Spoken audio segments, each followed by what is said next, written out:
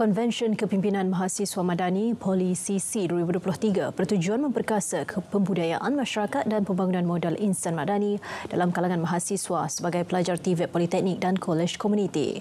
Pengarah Politeknik Ungku Omar PUO Dr. Semsuri Abdullah berkata, konvensyen itu dijadikan medan perbincangan selain mendapatkan input dalam merealisasikan hasrat negara sebagai sebuah negara madani. Secara tidak langsung, ia dapat memupuk budaya kepimpinan yang mempunyai ciri-ciri madani.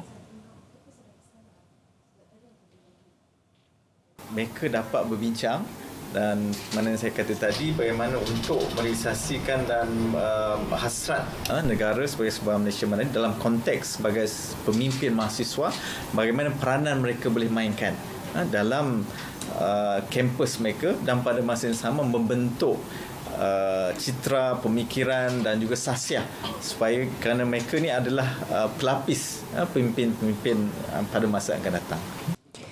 Beliau berkata demikian dalam sidang media selepas menyempurnakan majlis perasmian konvensyen itu di Dewan Jubli Perak di Politeknik Ungku Omar Ipoh. Golongan sasar terus disantuni Jabatan Kedua Sendirian Berhad JKSP yang meneruskan tanggungjawab Social Corporate CSR di bawah sinar ilmu, pendidikan dan pengetahuan. Laporan penuh dan perkembangan semasa dari Pulau Pinang terus sahaja bersama Zatul Iqmah Muhammad Noor. Zatul?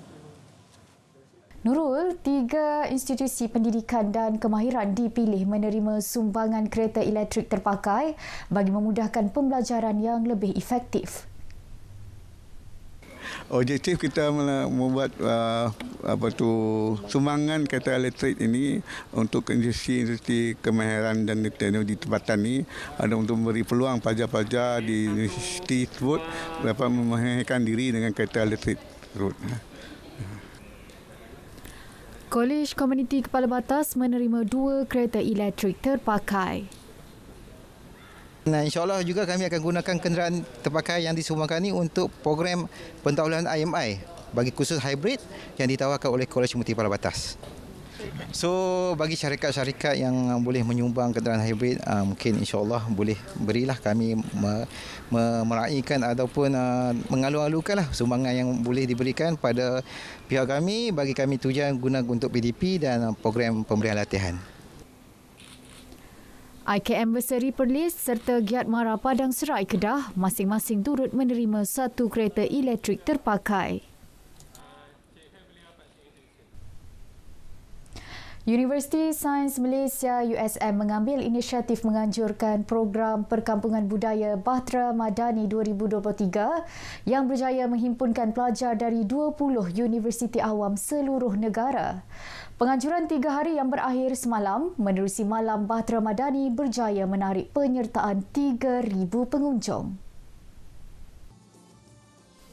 Ketua Pengarah Pendidikan Tinggi Profesor Dr. Azlinda Azman mengakui program berjaya membentuk nilai-nilai murni dalam golongan sasar bagi pembinaan bangsa dan tamadun tinggi, sekaligus memperkasa kemahiran serta kualiti pelajar terlibat. Ini sejajar juga dengan aspirasi madani lah yang disuarakan oleh Yang Amat Berhormat Perdana Menteri. Jadi di sini kita melihat bahawa pelajar akan menunjukkan keupayaan mereka dari segi kebudayaan, kesenian dan semua kualiti yang mereka ada dan semuanya pelajar yang akan menguruskan sendiri. So adanya juga elemen pemerkasaan mahasiswa dan pada masa yang sama juga dapat mengukuhkan lagi silaturahim antara pelajar-pelajar untuk 20 universiti awam ni. Turut hadir Naib Chancellor USM Prof. Datuk Seri Dr. Abdul Rahman Muhammad.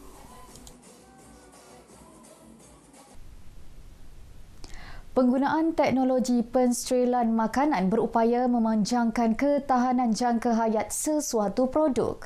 Bagaimanapun aspek pembungkusan adalah penting agar penyediaan produk yang dihasilkan mampu bertahan sehingga 2 tahun tanpa menjejaskan struktur dan rasa.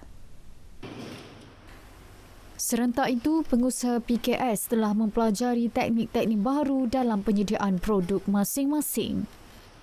Hanya kalau macam dulu kita nak pergi travel atau umrah ke apa, kita terpaksa menahan rindu terhadap masakan Malaysia kan, ataupun masakan ibu, isteri ke. Sekarang ni kita dah tak perlu nak risau, kita hanya boleh retok je lah isteri masak ke apa dan hantar untuk retok. Menerusi teknologi pensterilan itu juga berjaya meningkatkan keyakinan pengguna terhadap produk-produk makanan dan minuman. Macam bila travel pergi overseas tu dengan kawan-kawan, tengok kawan-kawan bawa keluar dia punya retok lah. Lepas tu tumpang-tumpang rasa kawan-kawan punya macam okey lah. Dia rasa tak lari macam makanan kat rumah. So packing dia pun nampak cantik, nampak macam selamat. Kalau kita travelling dia tak mudah pecah, itu lah. Memang prepare dari rumah, isteri masak. Apa tu dah packaging, memang buat untuk macam saya pergi travel untuk sebulan. Saya dah memang prepare untuk sebulan lah. Dekat sana saya tak putus bekalan makanan lah. Teknik melibatkan proses pemanasan makanan pada suhu 121 darjah Celsius dalam bentuk khas bagi tujuan membasmi kuman.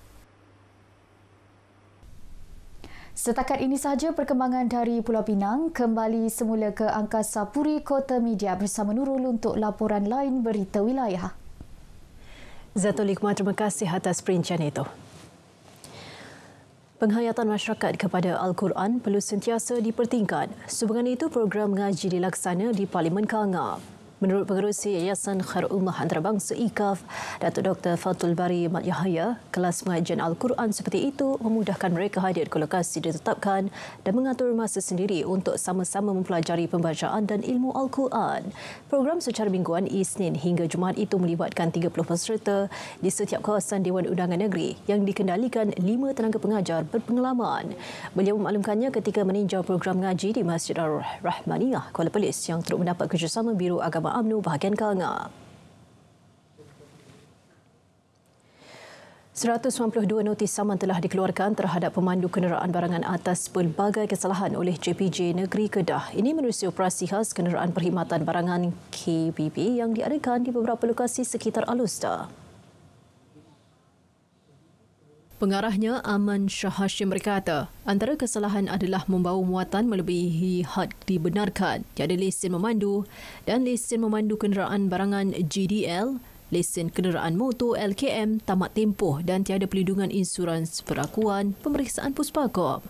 Kesemua kesalahan di bawah Akta Pengangkutan Jalan APJ 1987, Kaedah-Kaedah Pembinaan dan Penggunaan CNU 1959 dan Akta Pengangkutan Awam Darat APAD 2010. Penguatkuasaan secara berfokus dan berterusan terhadap kenderaan barangan ini akan terus dilaksanakan secara telus bagi memastikan pemandu dan pengurusi mematuhi peraturan ditetapkan. Di Mahkamah Magistrate Teluk Intan, seorang individu dipenjara 6 bulan dan didenda RM2,500 selepas mengaku bersalah memiliki bahan pornografi kanak-kanak mi lepas. Pertuduhan dibacakan di hadapan Magistrate T. Ashvini mengikut Seksyen 10 Akta Kesalahan-Kesalahan Seksual terhadap Kanak-Kanak 2017 kurungan Akta 792. Tertuduh didakwa memiliki bahan pornografi kanak-kanak iaitu 1 unit kad memori, pemacu pena yang mengandungi 19,011 video dan gambar pornografi kanak-kanak. Kes dikendalikan Timbalan Pendakwa Raya Izzuddin Fakri Hamdan, manakala tertuduh diwakili Peguam Jude Pereira. Aksi Piala Malaysia 2023, juara bertahan Johor Darul Takzim JDT mudah membenam Perak FC 4-1 pada aksi separuh akhir pertama di Stadium Perak malam tadi. Kemenangan itu membolehkan skuad bimbingan Esteban Solari membawa kebekalan selesa untuk aksi timbal balik di Stadium Sultan Ibrahim 2 November ini. Dalam perlawanan malam tadi, JDT memerlukan seawal 7 minit untuk berada di depan menerusi jaringan tunggal import Oscar Arribas. Berselang 5 minit kemudian, Arif Aiman Anapi menggandakan kelebihan JDT menerusi gol kedua Syahrul Saad menjadikan kedudukan 3-0 pada minit ke-71. Kapten Perak FC, Luciana Lebkucia, cuba merapatkan kedudukan menerusi jaringan pada minit ke-76, namun JDT terlalu sukar disekat apabila berupa berupaya menambah jaringan keempat pada minit ke-81 menerusi Muhammad Nazmi Faiz Mansur. Tamat perlawanan JDT 4, Perak FC 1. Sementara itu, jurulatih JDT Esteban Solari menyifatkan kemenangan tersebut hasil kerja keras ditampilkan barisan pemainnya sepanjang perlawanan itu.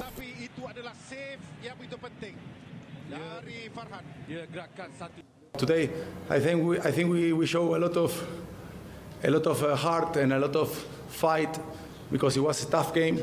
Perak is a team that is showing that is playing better and improving and putting us under pressure all the time, trying to press us high and to try to put us in difficult situation. And I believe we make a very good first half. I think the players perform very well. Kejohanan Hoki DNB Peloton Abdul Razak 2023 memburu tahta juara. 25 pasukan dari 2 kumpulan bakal berentam bagi mengungguli tahta kejuaraan.